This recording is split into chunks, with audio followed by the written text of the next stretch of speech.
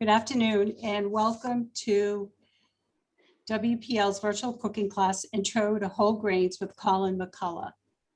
Since Colin went vegan in 1995, he has been finding new ways to make healthy eating convenient and delicious, especially while raising two boys with healthy appetites.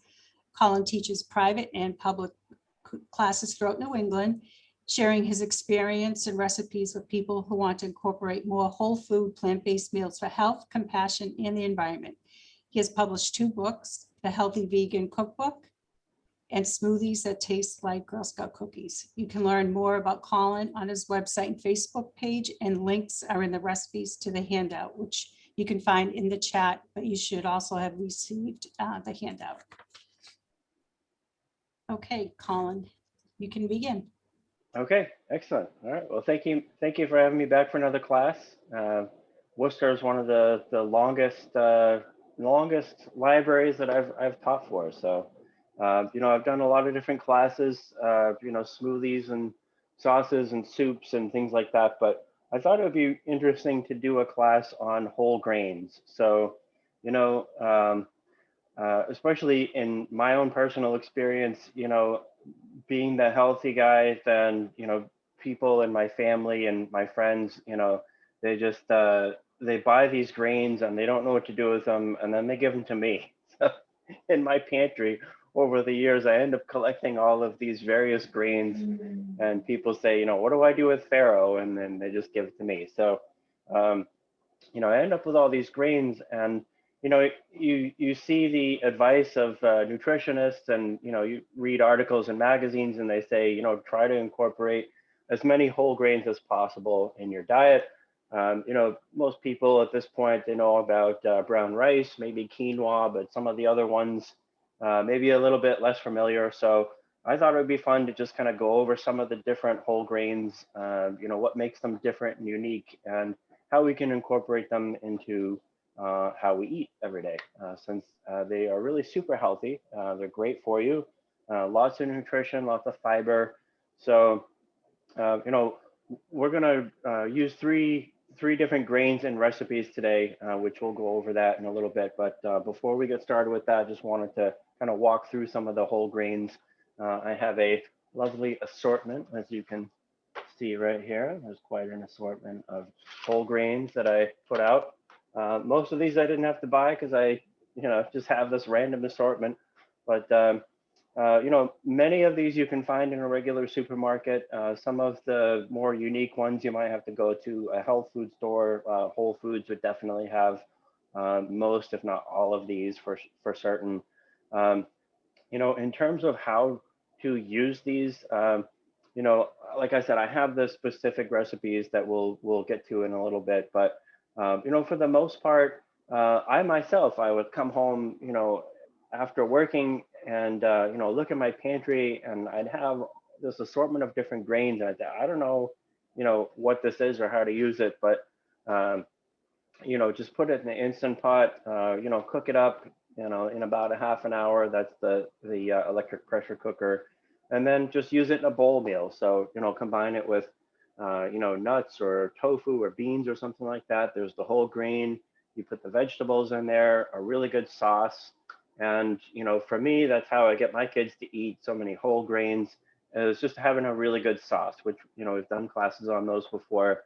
So, this is where I use so many of those whole grains. And, many of them like, quinoa, brown rice, those things, they don't have a really strong flavor for the most part. So they just kind of hang out in the background of whatever you're putting in, as far as a bowl meal goes. So, it's definitely one way to do that. And in the cookbook, in the Healthy Vegan Cookbook, I have 30 different sauce recipes, all for things like this. So, that's definitely a staple of how I like to cook. How I feel the healthiest is to have a bowl meal with some of these whole grains in them. So just gonna go through. This is definitely not an exhaustive list. There are certainly more than what I have today, but this really covers a lot of the bases. So we'll talk about each one and then a little bit on how to cook them. You do have this handout, which I put together, which has the cooking instructions for those. All right, and for most of these grains, you can, just keep them in the pantry, just make sure they're sealed up, and they do last a very long time. So We did I'll have, start with the, yeah, a question already. I think you may have just touched on it. Someone would like to know how to store them both when opened, uncooked, and also when cooked. okay. Once they're cooked, they're probably going to be good for about a week in the refrigerator. Most of these you can definitely freeze them very easily. So you can put them in a Ziploc bag, put them in the freezer, and then, just pull them out whenever you want. That's definitely something that I like to use the pressure cooker for, the Instant Pot.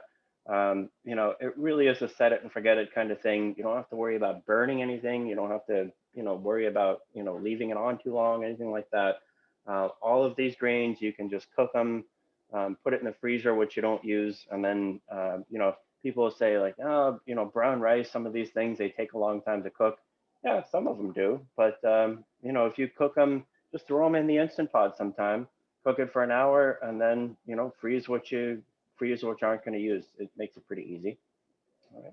So first grain we're going to do is amaranth, which you can see here. So amaranth is a very, you can almost not even see the grains of it. It's so small. Sometimes people will toast amaranth, and it's a little bit like popcorn. It, puffs up, so it's much bigger. So it's kind of a fun grain. It's very small, as you can see here. So, it's not a bigger, hardier grain like some of the other ones we're going to do, like some of like the wheat, things like that. And it's, in putting together this list, it's funny, as far as the whole grains, some of them are seeds, some of them are grass, some of them are grains, but they all kind of get lumped into this whole grain category. And also, when we're talking about whole grains, we're really talking about grains that haven't been hulled, so that they haven't been stripped of all of the nutrients and, something like brown rice versus white rice, for example. White rice, of course, is just white because have taken the hull off of the brown rice, and basically what you have left is not really very nutritious. It's just kind of filler. It doesn't even really have much of a taste. Whereas brown rice has much more of a taste. That it definitely still has all of the health properties. It's really good for you. Whereas white rice is just kind of empty calories. So there's the amaranth. I don't want to go through how to cook each one because I'm just reading off of the page and I don't want to waste everybody's time. Got a lot of other stuff to get to. Barley. So you have the barley here. So you can see these are much bigger grains. So again, you can get hulled barley or unhulled, and so I like to get the unhulled. And so, people typically use the barley in soups, but it is great in a bowl meal as well. So barley is a large grain. It's pretty chewy when you cook it. All right, and then also there's brown rice. So I have that here. A couple of different types of brown rice that I just want to go over. So short grain brown rice, which is this, is a very sticky rice. It has a lot of starch in it, right? So when you cook it, then, when people think of, like healthy brown rice, from the 70s or something, then it's usually this. It's the short grain brown rice. And so if you have long grain brown rice, it doesn't have nearly as much starch, and it doesn't come out sticky like that. So, there's different ways to do it. I like to use different kinds of rice for different purposes. As far as brown rice, I usually use for long grain brown rice, I like to use basmati brown rice because that's, I like to do a lot of Indian cooking. So it's got a little bit extra kind of a nutty flavor to it. So I like that. The next grain we're going to do is buckwheat here. So buckwheat is used commonly in like Russian food quite a bit, and it has a very unique taste. It's another large grain. It's pretty chewy. It has like a little bit of a sour taste to it. So like I said, usually the whole grains kind of sit in the background and just kind of hang out, whereas Buckwheat definitely has a little bit more of a pronounced flavor, so there's that. The next one we're going to do is bulgur here. So it's kind of like a medium-sized grain. So you can see here, bulgur is used pretty commonly in Middle Eastern dishes. So like tabbouleh, which is one of the things we're going to make here. And so there's the barley, and barley cook, or sorry, the bulgur. Bulgur cooks really fast, and again, you can find it whole wheat, and you can find it kind of stripped down. I mean, you can find the whole version, or you can find the sort of more processed version. But the whole grain version, that's what you want to look for in the store. And We have a similar. just a couple comments I'll share with you. One person says barley is an unsung hero in our house. And another person, she also says that she uses bulgur to mimic meat in my cooking. Yep, you can do that. All right. And then the next one is couscous. Here, also sort of a Middle Eastern staple here. Couscous cooks really fast. It's one of the benefits of that too.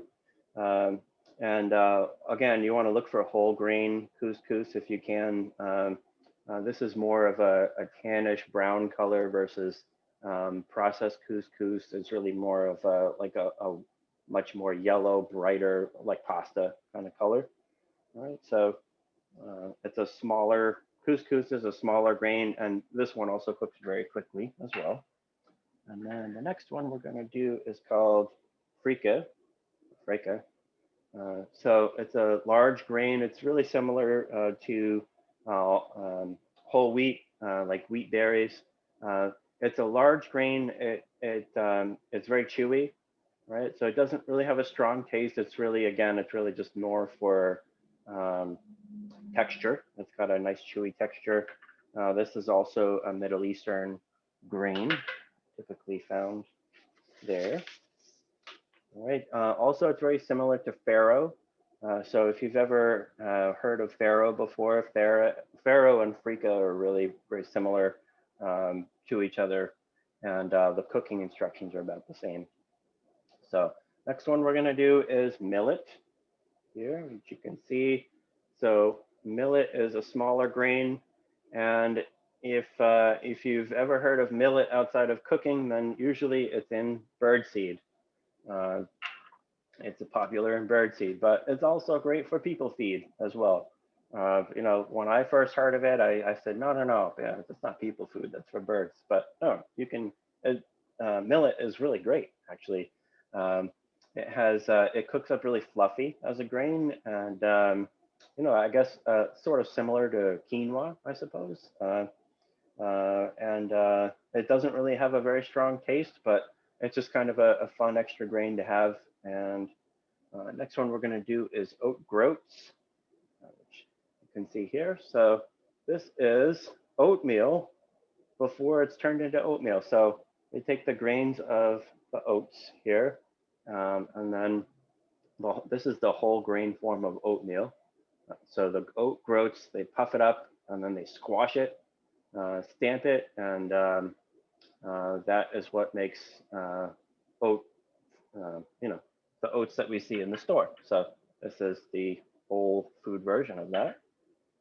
Right. And then we have quinoa, which most people are familiar with at this point. So quinoa is a seed. And in the notes, I say it is the same family as spinach. So it's interesting. This is typically from South America, quinoa, and it's a kind of a small, medium to small grain, whole grain. And you can see there's different colors here. It comes in white and red and kinds of different colors there. So the next one is going to be teff. Teff is an African grain. It's probably the most fine. It's almost like flour, very, very small, brown. So if you've had if you've ever been to an Ethiopian restaurant and you've had the bread, the injera, like spongy kind of bread, it's made from teff, ground teff flour. So teff, very small grains, but you can cook it and then mix it in a bowl meal. It doesn't really have a strong taste either, but just as an alternative, it's a fun grain there. And then just a few left. We have wheat berries here. So this is, wheat before it's been ground down. So it usually comes in two kinds. There's soft wheat and hard wheat. So people use it for all kinds of different things besides eating it as a whole grain. But wheat berries are a very chewy, large grain. So it's just an extra fun grain to have as a bowl meal. And then the last one we have is wild rice. Oop, right on the keyboard. Wild rice is it's a type of grass, right? So it's different from a lot of the other things on the list here, but wild rice is very, very chewy. It's one of the ingredients in one of the recipes we're going to do. It has a great nutty flavor. You cook it for about 45 minutes or an hour, and it gets tender, but it's still very, very chewy. So it has a great texture. Right. So we are going to move over to my kitchen. So come on with me here. Go. And there we go. I'm into where to make the food now. All right. And so there's going to be 3 recipes that we do today. Let me just clean the camera here. Sure, I can see well. All right. So there's 3 recipes. Oh, before I start, does anybody have any questions or comments so far? Oh, okay. Sorry, I should have asked while you were moving. Okay. The comments are hurry up and get to the food. Okay, you're all set. All right. So we're going to do 3 recipes today. The first one is going to be tabbouleh, which is a traditional Middle Eastern type food. And it's basically bulgur and wonderful fresh mint and parsley. So if you've ever had this from a store, grocery store in a tub, then it's not great. The fresh version of this is so much better. Like if you ever had it at a restaurant versus having it, in a plastic container, I really don't like to ever buy this from the store. I like the fresh so much better if I can. Also, what they usually sell in the supermarket, the ratio is all weird. Like I like a lot of green. I like a lot of, the ratio, there's way too much grain per the greens in the supermarket. So I like to, be able to make it myself and control that. So we're going to go ahead and pull out the food processor to do this. So I have, this is a Cuisinart, it's a 14 cup capacity. So even that, with that larger capacity, it's still not big enough for this recipe. So you have to kind of make it in kind of batches. So use the S blade to get started with that. And, I make the joke in my classes, I'm a very lazy cook, just because I really like to have the appliances do all the work for me. So in this case, the food processor, there's a lot of things that I've really just rough chopped, and I'm just going to let the food processor do all of the work for me. All right, so I have washed already. There's a lot of mint and parsley here. So you can use flat leaf parsley.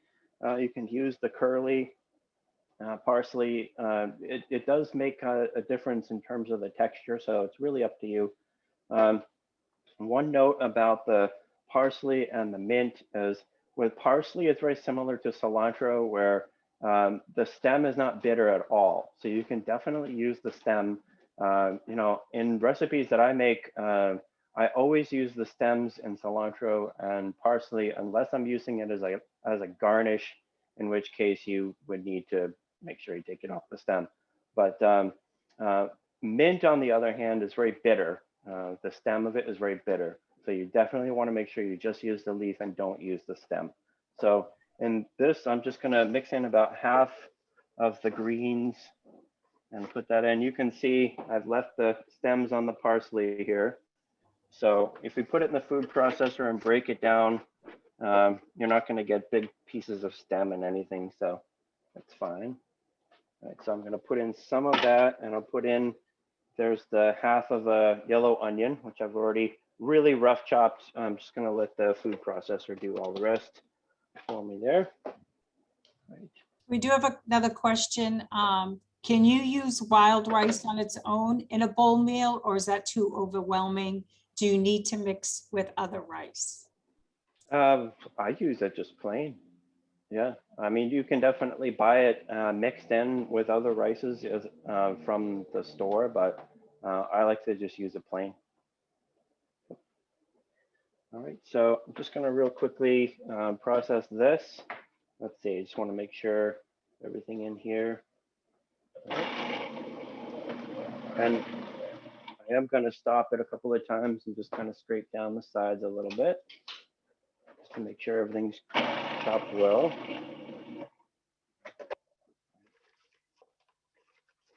Not moving much.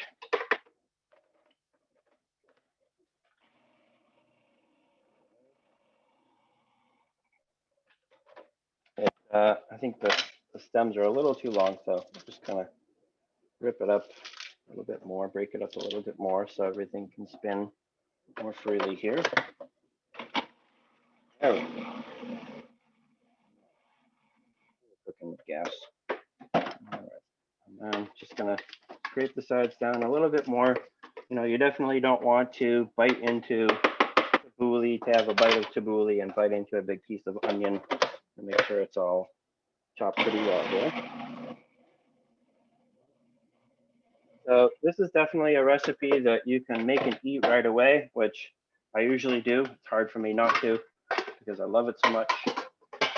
But this one really is actually better if you let it sit for about a day, and it's just even better. So I'm gonna put it into the bowl here, and then I will put in the rest of the parsley and mint and let that get chopped up.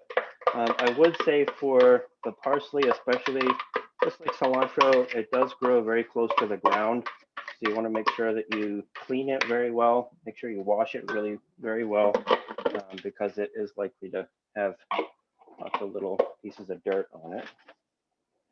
All right, so parsley, the rest here. All right, and I'm just gonna real quick, so it's gonna work in the food processor better. Tear it up. And just process the rest there.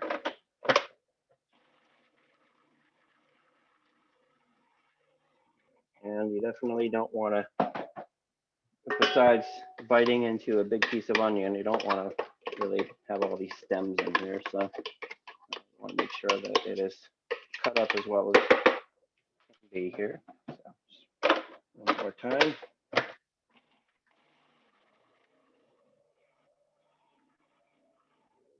And, you know, like I said, if you let this sit overnight, it really does kind of soften up as well. You know, the greens soften up, and the bulgur that's in it really absorbs even more of the liquid and flavor, so it tastes even better. So that's done. You could, if you don't have a food processor, you could just chop this with a knife. It's gonna take a while if you're gonna do it that way. Like I said, I'm usually pretty lazy, so I like to use the food processor as much as I can. And it's also one of the reasons why I still have all 10 of my fingers, as I use the machines instead of trying to cut it myself. So I'm going to rinse this out because we're going to use the food processor again in a minute for a different recipe. Okay. All right. That's next ingredient we're going to put into the bulgur here. Recipe back here. All right, so we're going to put in a half a cup of, for the bulgur, like I said, it's really easy to cook. You put in, it's a 1 cup of water and you boil that, and then you put in half a cup of the bulgur, and then cover it, and then just let it sit for about 15 or 20 minutes. And then the bulgur is going to absorb all of the liquid. So you don't even have to cook it. It just sits in the boiling water and gets nice and fluffy, as you can see here. So I'm going to go ahead and add that in.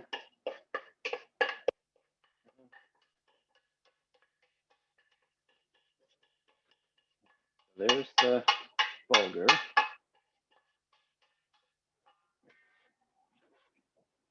Really helps to give, you know, this salad, it's technically a tabbouleh is a salad, so really helps to give it some nice body in addition to the greens that are all in there.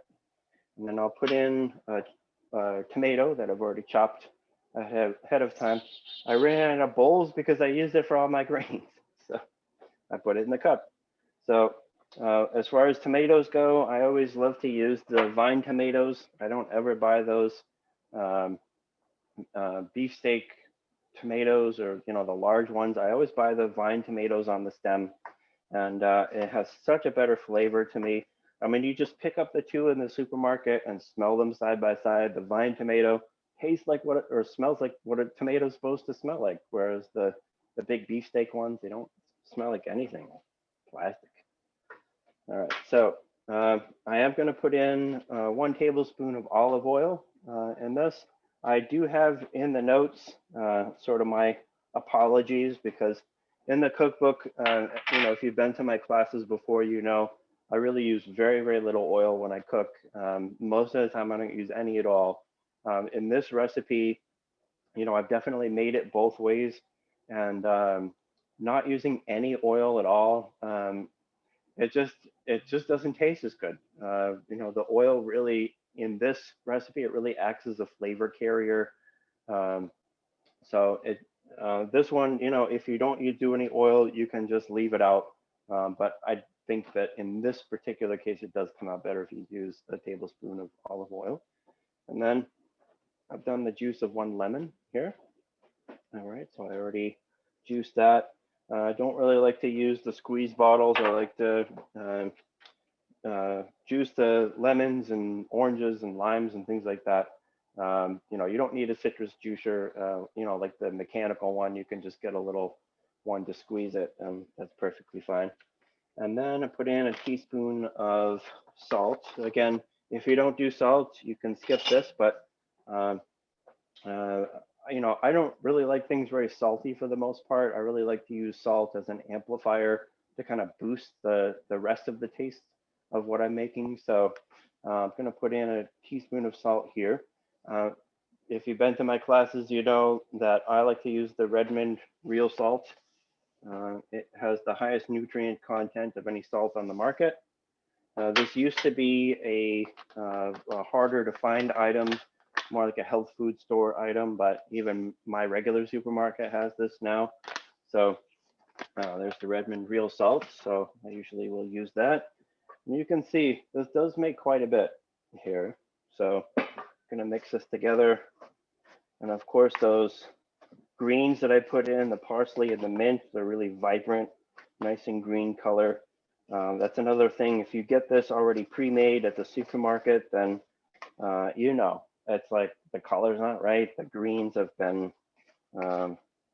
sitting in there, and so they're more like kind of greenish brown. And this is a fresh salad. This is going to last for probably about 4 days, although it never lasts that long in my house because I eat it too fast. But it's going to last about 4 days before it starts going bad. So the stuff that is in the supermarket, it's probably been put together for quite a while. Probably got preservatives and stuff in it. So much better. I much prefer this way of doing it. So there's the tabbouleh.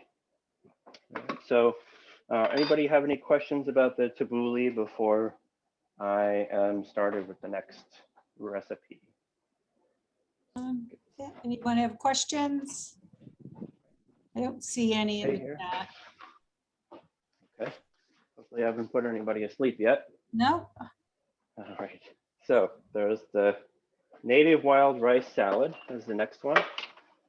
Always have to give my mom credit for this one because this is really similar to quick question, how long does it keep, the tabbouleh, when you make it yourself? Probably 4 days, you know, a week maybe. I definitely wouldn't do more than a week. You know, but this is supposed to be a fresh salad, so this isn't something that I would, you know, really recommend that you freeze it, but definitely keep it in the fridge. Should last up to a week.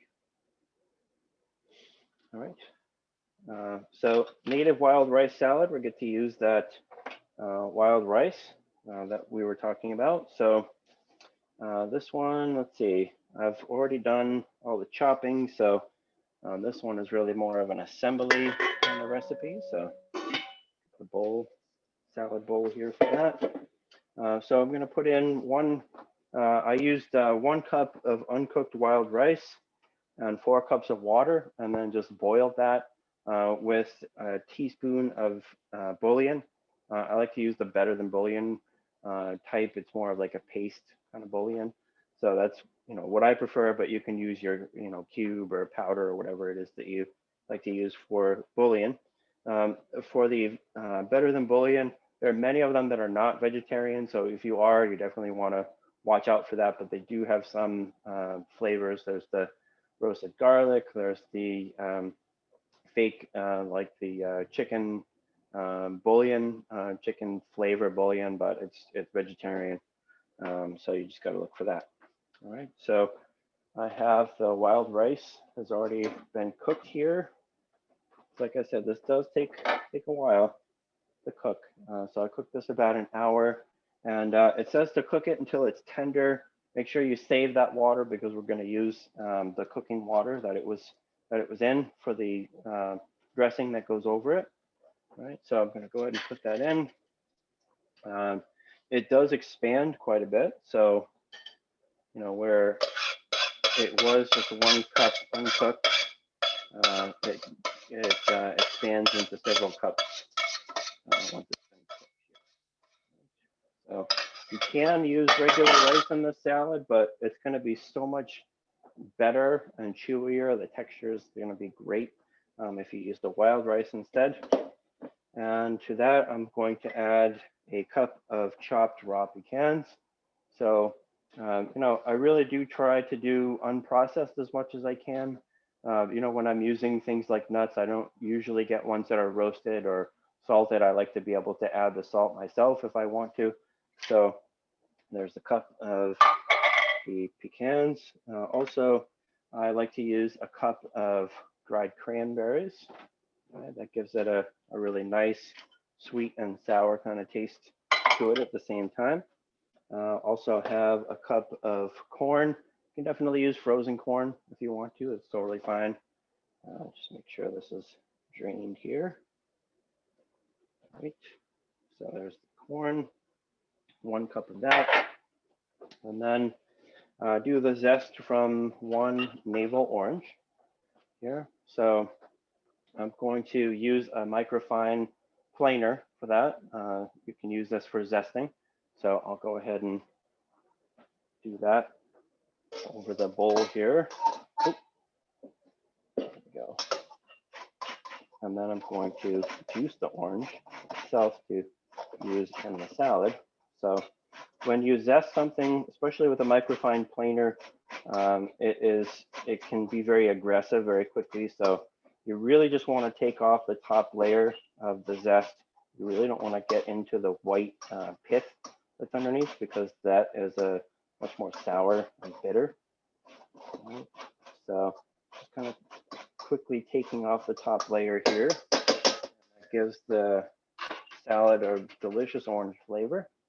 And you know, if you are big with you know, trying to use organic as much as possible, then definitely this is one where you want to get an organic orange if you can, because you know the pesticides they live mostly in they hang out in the peel, you know, in an orange. So you want to get organic for that if that's something that's really important to you.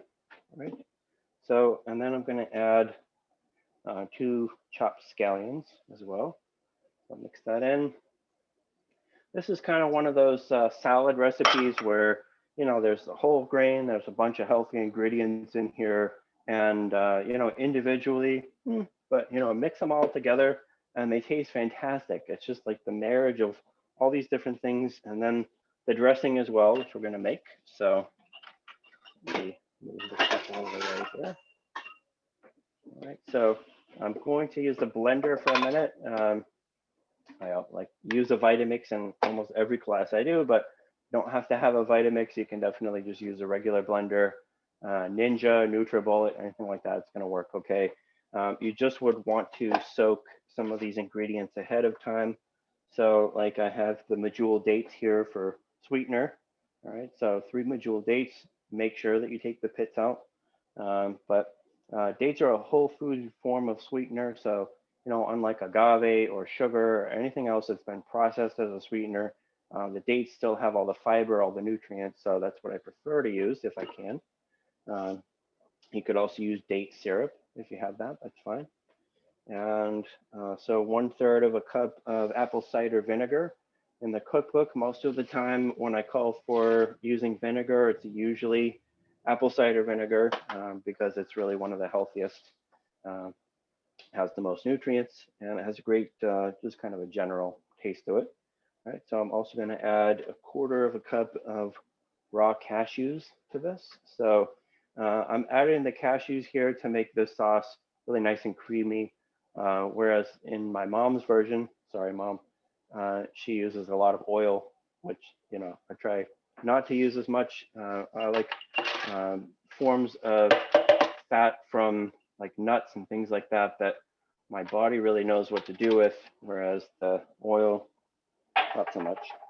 All right, and then I'm going to put in 1/4 of a cup of leftover liquid from cooking the rice, which you can see here. So this is the water that I cooked the wild rice in, and it's got the bouillon in it. So this is very flavored.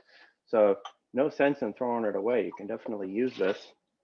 All right, and then the last ingredient I'll put in is I'll juice the orange. And like I said, you know, this is usually what I like to use for juicing citrus. Really doesn't take very long at all. And navel oranges don't have any seeds, so you can just squeeze it a little bit and then put it right in. Right, so there's 1/2 of the orange. I'll do the other one real quick. And this way you still get all the pulp and everything in here that's going to blend right in. So I'll just get that. We do have another question. Do you have to wash the grains before using them? That's typically what is recommended, or, you know, go through it and sort and make sure that there's no little stones in it. I stopped doing that a really long time ago because I never ever found any stones. So that would be disconcerting, I guess, depending on where you get it from. But, you know, I just have, you know, like they say for rice and quinoa and things like that, you should sort through it, but I don't do that at this point. Washing, there are some grains that kind of benefit from washing, like if you rinse quinoa, then it rinses off some of the starch. If you rinse off, you know, short grain brown rice, it's going to rinse some of that starch off, and it's going to make the texture a little bit different when it's all done. But I'm super lazy when I cook. I don't wash any of it. I just put it right in. So, all right, so this is the dressing for the salad, and I'm just going to run this in the Vitamix for a minute. You know, really just trying to break down the medjool dates and the cashews. Those would be the things that you would need to cook, or sorry, soak ahead of time, because especially the dates, you want them to be nice and soft when you put them into a regular blender, or if you have a really powerful blender, then you can just put it in as it is. So I'm just going to go ahead and blend this for a minute.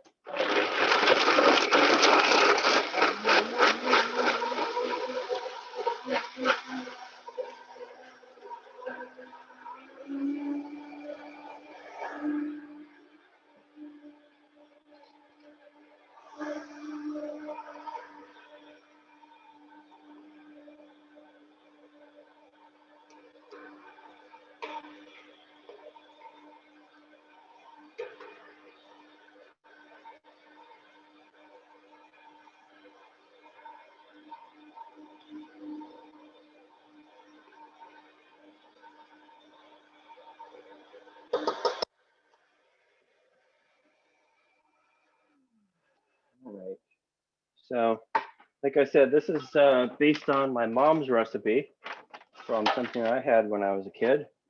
And she's actually coming today. I'm going to eat this. So I have to see how it holds up to what she's used to.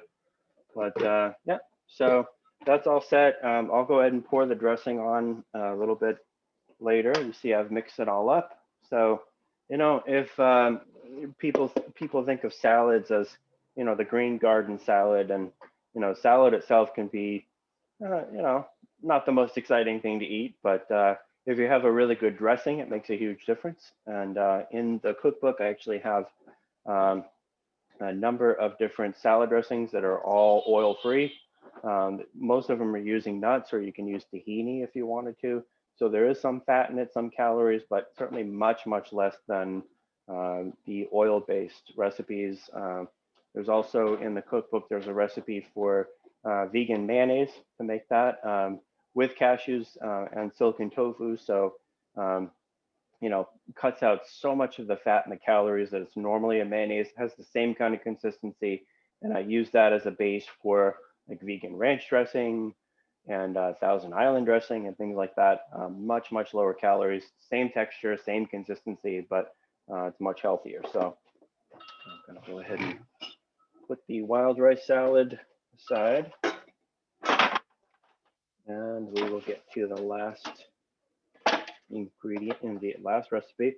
One thing I wanted to mention, of course, as I always do with the microfine planer, as I said, it does get rather aggressive when you're cutting it or when you're using it. So you want to be really careful that you do not zest yourself because you are not part of this recipe.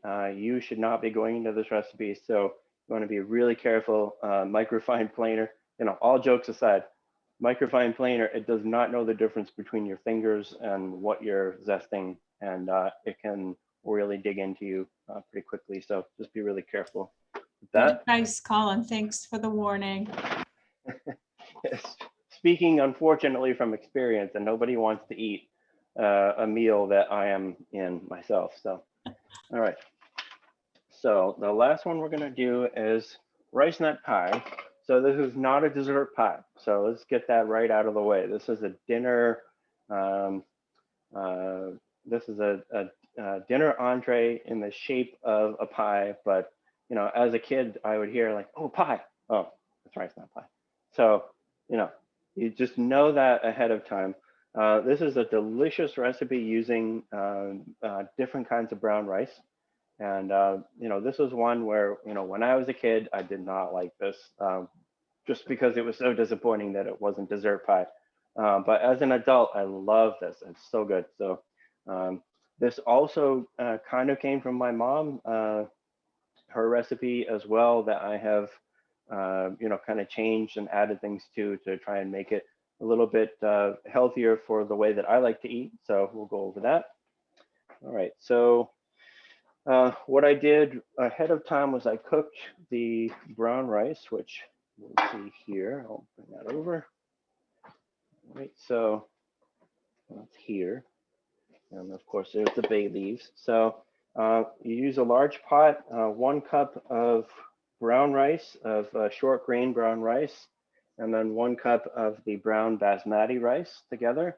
So I put this in the pot, and before I add any water to it, one of the secrets of this recipe is you just put it on medium to low heat and just, you know, stir it for several minutes, and you toast the rice. So it gives it more of a nutty kind of flavor.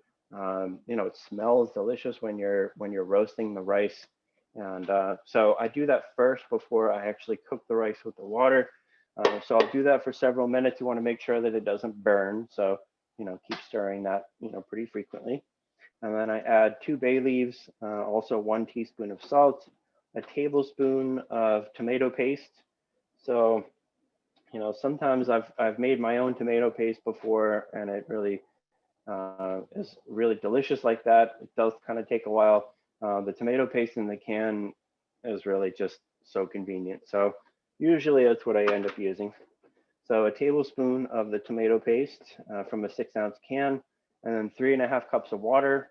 Cover that and get that to boil, and then lower the temperature to low, and that's going to cook for about a half an hour or so. And so when people say like, oh, brown rice takes forever to cook, as opposed to like quick white rice that cooks in like 5 minutes. Yeah, but so this is the kind of thing that brown rice, when you're using it, put it on first. Go ahead and cook it first. Do everything else while you're making, prepping everything else, and then come back to it, and it's done in about a half an hour. So there's the rice already done here. So I'm going to go ahead and add that into the bowl first, and then we'll get to the food processor in a little bit. So put this rice in. Like I said, the recipe that my mom used, likes to use, she puts in a lot of oil in it to try and help it to really stay together. Because brown basmati rice, it's really more of a fluffy kind of green, fluffy rice, and it doesn't really stick together. But short grain brown rice is more starchy, and it does stick together very well. So that's why I like to use a combination of the two together. All right. So there's the rice that I've put in here that's already been flavored. And then I'll set that aside. We'll use the food processor for the rest. All right, so I'm going to put in 1 cup of walnuts here, and also 1 cup of almonds.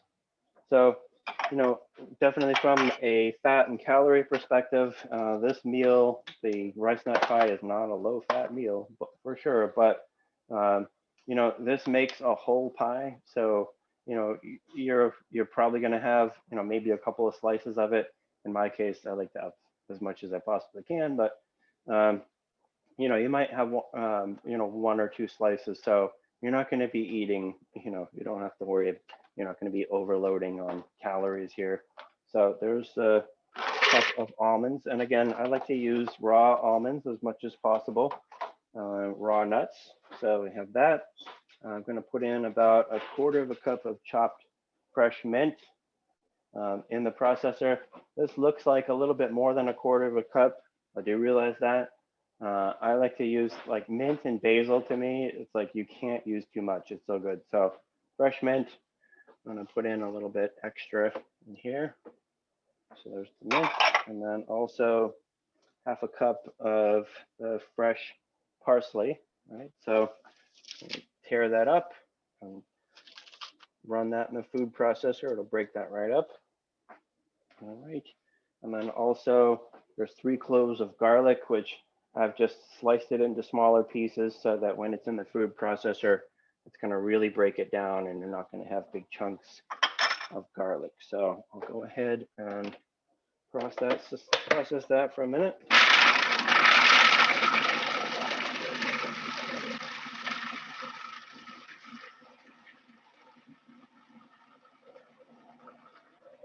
Let me scrape that down here.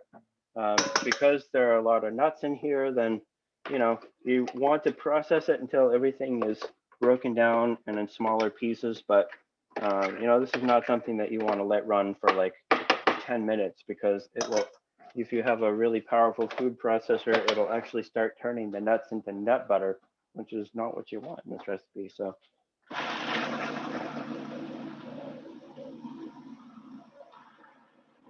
that's broken down pretty well. I'm not going to get big chunks of nuts in there. So I'm going to mix that in with the rice, which you see in the bowl here. Okay. So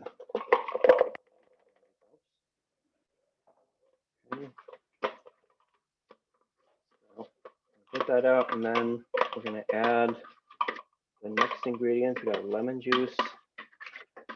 That.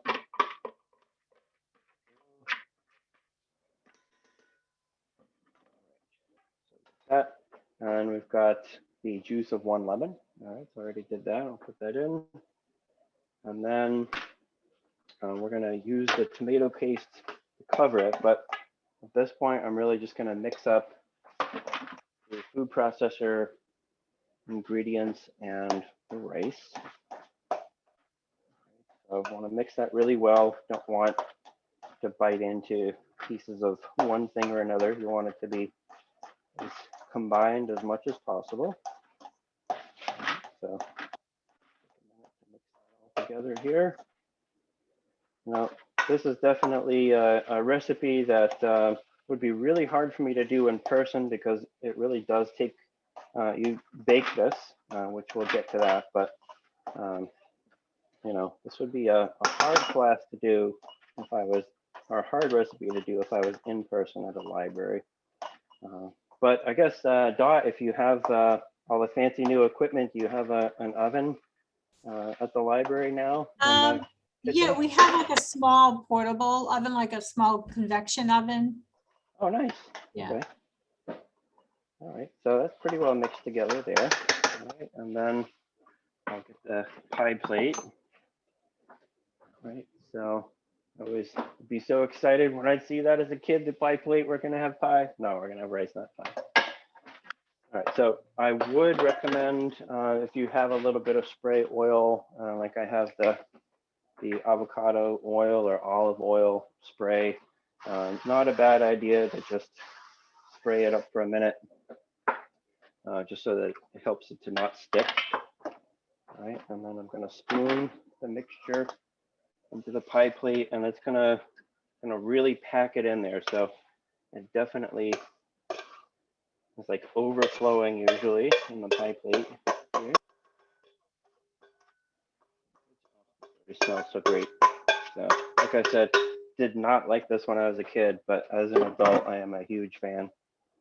So, and of course, my mom loves to make fun of me now because she said, "Oh, you used to turn your nose up at it when you were a kid all the time." But yep, so we're gonna pack it down as much as possible. Again, the brown rice, the short grain brown rice, is gonna really help to keep this together, so that when it's done cooking, you'll be able to slice it into pieces and it's not gonna fall all apart. So you just have to make sure you pack it down really well so that the rice really sticks together. All right, so we got that, and then I'm going to use, let's see, around. So I'm going to use the rest of the can of the tomato paste. I usually get 6-ounce cans, and so we used 1 tablespoon already. Just going to put the rest over the top.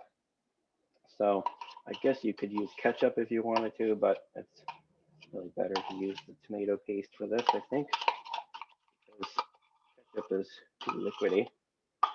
Right, so this is going to be like the top layer of it. I'm just going to add a little bit more here.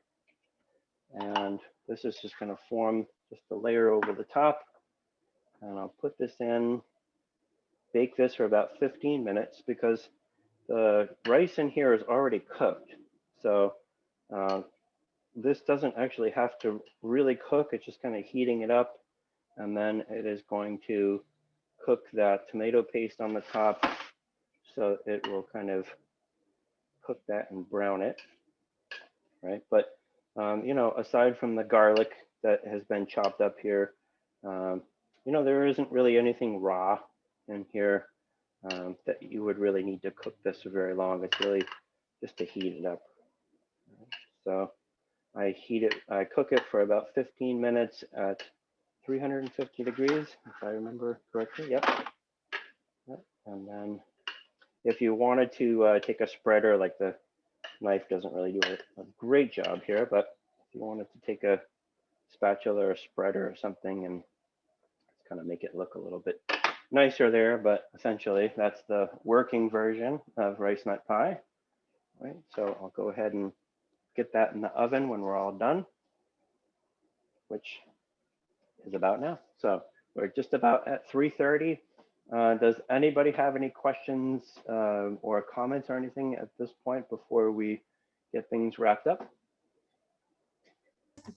People want to unmute yourselves, and you're welcome to ask. People say the pie looks delicious. It certainly does. And thank you for this great class. Some other comments. Thank you. Yeah. I always want to. Could you sprinkle some type of herb on top of that pie? You could. like a Yeah, you green. could. I always like greens on the top. Yeah. You know, there's already so much mint and parsley in it. Yeah, right. Maybe just as a decoration. Yeah, I don't yeah, definitely. Yeah. So put it out for your family and put a big sign, not a dessert pie. know. All right. And then, you know, make my publisher happy. There's the Healthy Vegan Cookbook that is available at the library, definitely. And Yeah, also we have on, both books. Yep. yep, great. And also on Amazon in the print and ebook version. And then also smoothies that taste like Girl Scout cookies as well. So in the Healthy Vegan Cookbook, all of the recipes that we did today are from the book. You know, there are lots of different salad recipes, salad dressings. There's a lot of sauce recipes for all those different whole grains. If you're wanting to try and incorporate more of those whole grains, is a really easy, great way to do that. So lots of sauces in there, about 30 different recipes. Yeah. Yeah, they're great. And yep, people just thanking us. And I would like everyone to remind them to fill out the online survey, which you could find in the chat box here and also in your email. And yep, and Marianne says, thanks. Very informative. Can't wait to try these recipes. They seem you. like really good summer recipes as well, Yes. and that you could bring to parties or. Oh, yeah. Mhm. Sure. Well, thank you very much, Colin. We appreciate you taking the time today, and I think. All right, thank you. Yeah, and we look forward to seeing you in August. You were doing, let's see, not meat substitutes. Right. Yes, yes. So go to our website and you can register for those classes. Yep. Very good. Well, thank you. All right. Thank you. Yeah, All enjoy right. the rest of the day. Thanks, you too. Enjoy. Right. Bye.